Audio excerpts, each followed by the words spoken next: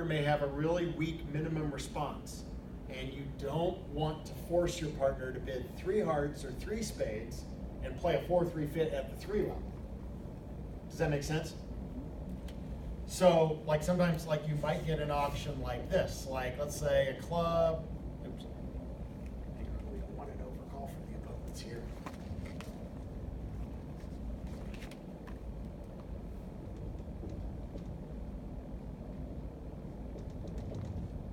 So let's say the auction goes this way. So you opened a club and partner responded a heart, and now what advancer gives us is a preemptive jump of a call of 2 spades. If you double here, that is not a support double. You might have 3 hearts. So it's not like your double denies 3 hearts, but this double shows extra strength. This is partner I've got better than a minimum opener. May or may not have 3 hearts. Now, of course, if you have 4 hearts, you can do something different, right? So I do think that the double by opener tends to deny 4 hearts, but could have 3.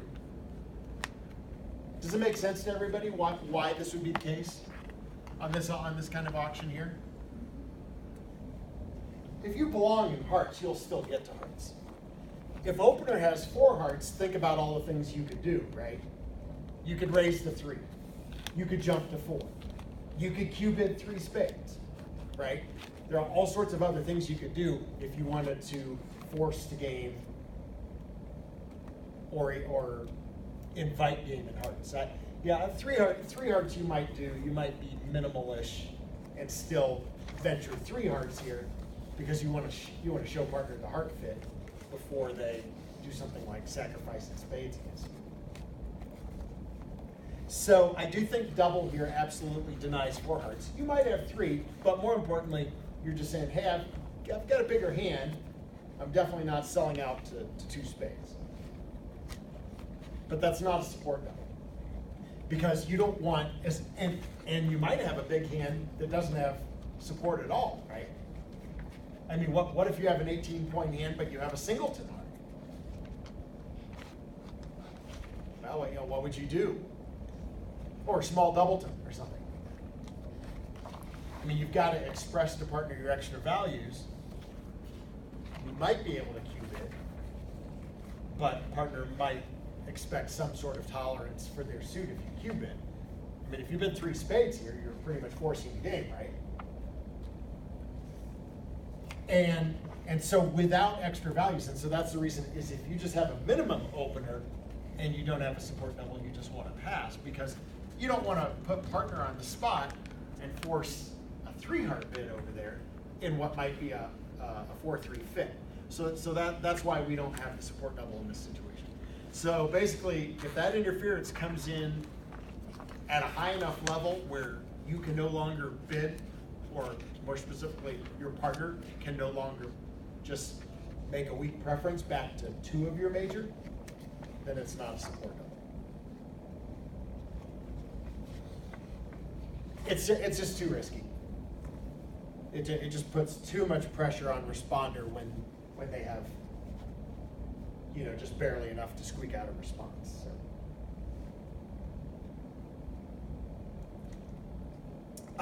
One thing we looked at as I'm going through my list here, we said if you want to penalize, because remember your support double's not going to get left in, it's going to get pulled somewhere. If you want to penalize, your only chance to penalize is to pass and give partner a chance to reopen. This fits in a little bit with what we talked about last week, right? Where we said most of our, pretty much all of our conversions happen or all of our penalties happen via conversion. Sometimes you have a really good hand and you don't want to pass and risk that partner may not reopen. So sometimes you have a really good hand, you may need to act somehow, whether that's a Q-bid or an extra string showing double or something like that, or just bid no trump. Just sometimes you just have to give. You may want to penalize and you just give up on it because there's no guarantee that you can get there as much as you may want to defend. But if you do want to try penalizing, remember that your penalty is a pass, with the hope that partner can reopen with a double. Remember that if the interference is double, to support, we use redouble. And we saw that on one of the example hands, even though I didn't tell you what it was.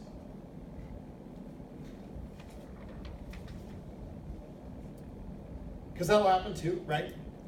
You open the bidding, partner responds a major, and then the advancer comes in with a takeout double.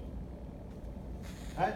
Even better, this is a very low pressure auction. You get to show 3-card support, and you haven't even left the 1 level yet, right? That's great. We like the support redouble. And an excellent use for redouble, right? Because, you know, why would you ever want a penalty redouble here, right? What would that accomplish? Yeah. I mean, first of all, their double of, you know, your partner's 1 of a major it's not penalty anyhow. And it's not going to get left in, right? So, 1 heart, redouble. You can't beat this. I guarantee my partner can make this contract. They're not going to leave that in. So there's no reason to have a penalty redouble. So redouble, very useful here to show you 3-card support. One last thing, keep in mind that your support double and redouble, even though they are very common, are alertable.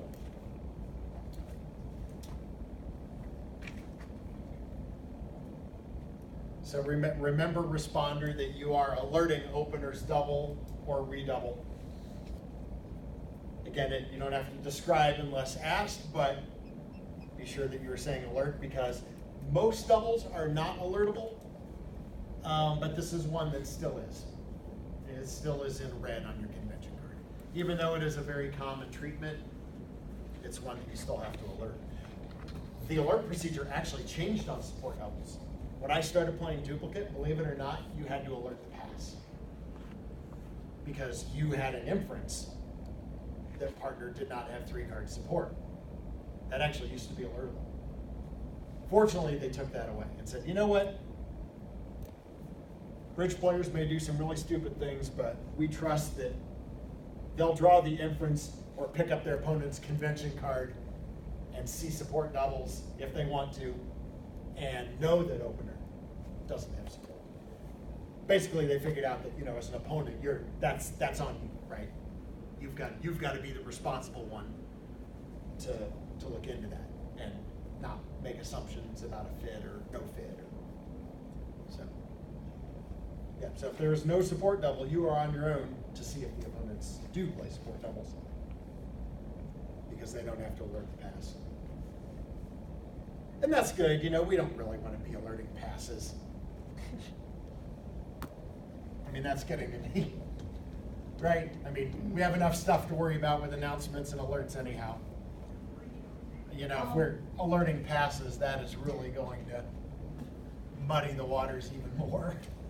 Are sport doubles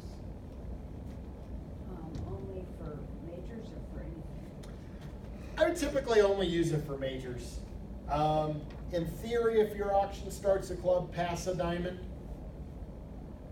and they bid, you know, they overcall a heart or a spade, could you make a support double for diamonds? You could. I generally don't play that. I don't find it very useful. Because if the auction starts a club a diamond and there's basically no chance of us playing in a major, we're hoping that we can play no trump, and if it's a minor suit fit that we get to, we can probably still get there without a support double. Right? So when the auction starts a club pass a diamond, whether there's a major suit overcall or a takeout double for the majors over here, I mean, we already know at this point of the auction we're not playing in a major, right? We've already, you know, to go back to the language of bridge stuff, you know, we've already trimmed down the target contract significantly. We might play in no trump, we might play in clubs, we might play in diamonds, but that's about it. So yeah, I don't find that it has a whole lot of use. I would not typically play it on for that particular auction.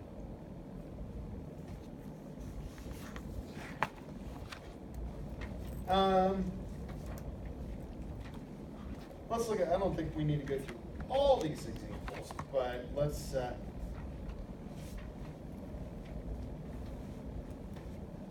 look at a couple.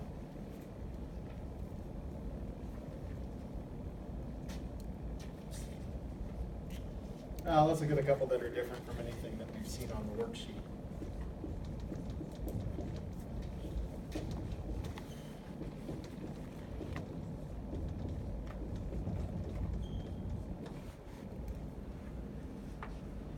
All right, how about this one?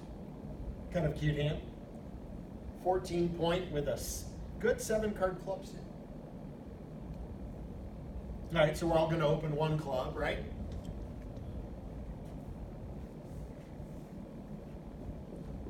Pass. Partner says a spade. And here comes the interference, 2 diamonds. Not a shock since you have a singleton diamond. What do?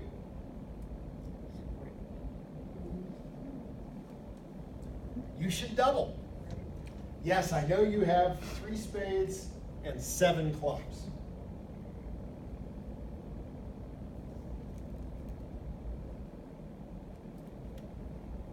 Do you intend for this auction to stop at 2 spades?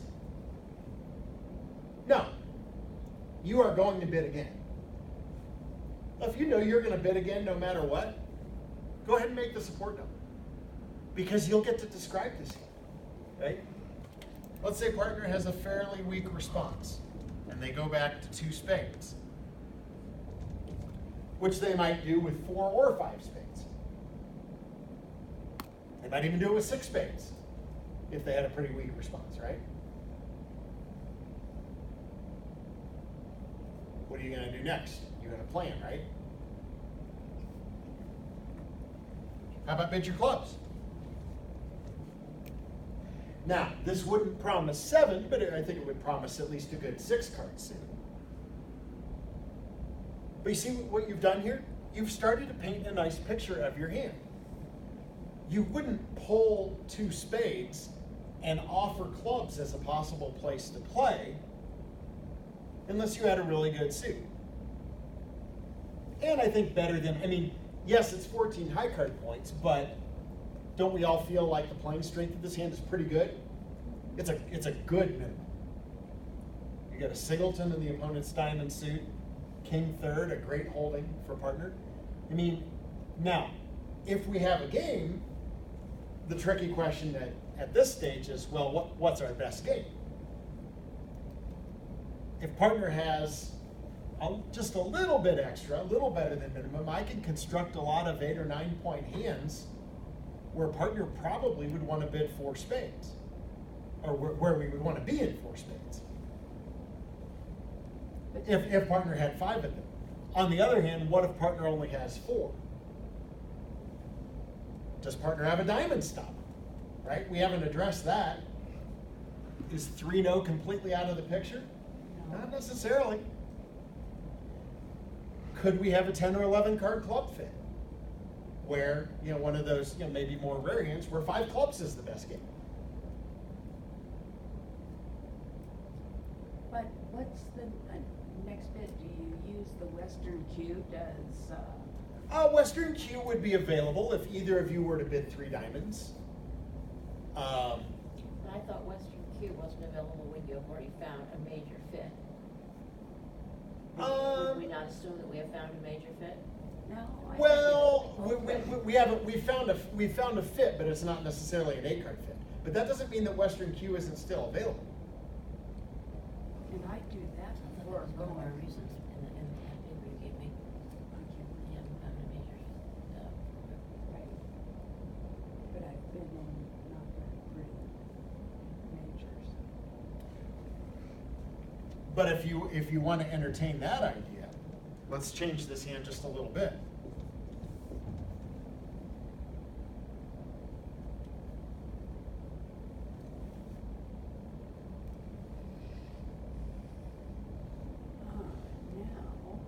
Now, Now you still started with your support double, but all we did was fill out your club suit and make it essentially a solid 7-card suit. Mm-hmm. I mean, you don't have the jack, but it's close enough to treat as solid. You could be. What would be the ideal contract if partner had a diamond stopper? Probably 3-no. Or more. Yeah, maybe. Okay, so if I had this hand, now, partner wouldn't know just how good my clubs were necessarily, but what if I started with that? Because even if partner can't bid 3-no, guess what? I am carrying on past 3-no with this hand. And that's asking at that point, right? It's a Western cue at that point, isn't it? Right. I think partner's first priority would be to bid 3-no with the stopper. By virtue of the fact that you are bidding anything, again, over 2 spades, you're saying, yeah, I've got a better than minimum hand. All right. Now, partner may be over here kicking and screaming, right? But if partner has a diamond stopper, they should bid 3-no. What if they don't? I mean, they could, in theory, especially if partner has at least 5 spades, they could always keep going back to spades. All right. Well, would you go ahead and try 4 spades now? I think I would. Because if partner doesn't have a diamond stopper, their points are probably in spades, right? Would you do that if it's ace, queen, jack? No, I'm more prepared to force the game with solid club suit. Okay. And if we're going to run all the clubs, it would probably be nice if we could do that in no trump. But we have to consider that partner may not have a diamond stopper, and we certainly do. 3 spades could still just show a weak hand because Yeah. it's a hand. Yeah. Well, and if you want, now at the time that you bid 3 diamonds, partner may suspect that you've got a really good club suit that you haven't shown. But in theory, couldn't you still bid your club suit? Right? Partner has made a couple of very discouraging bids.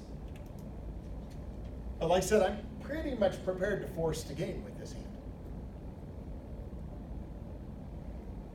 If partner had 5 spades to the ace queen and nothing else, wouldn't you guys still have a very good shot to make 4 spades?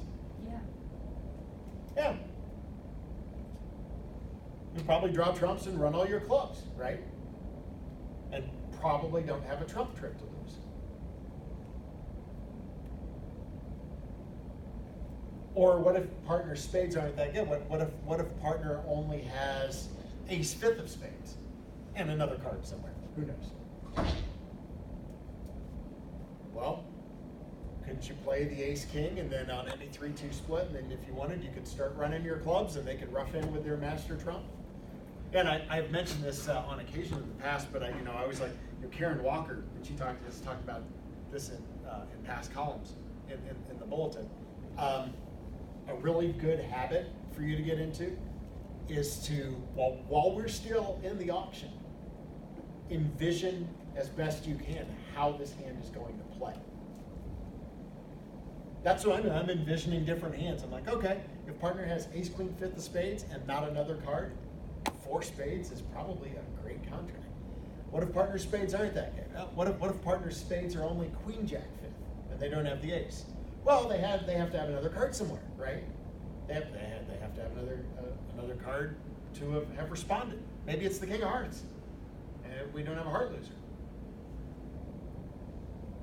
Maybe it's the ace of diamonds. Well, if that's the case, then your partner might be able to bid 3-no. But we can consider all these possibilities, right?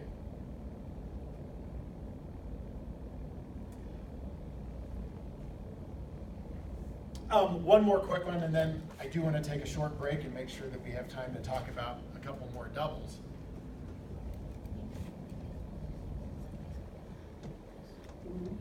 Yeah.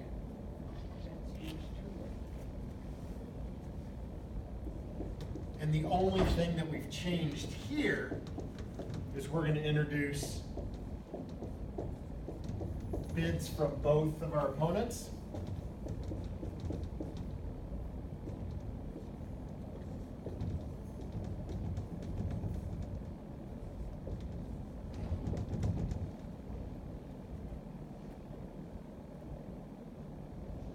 Well, it's a decent hand you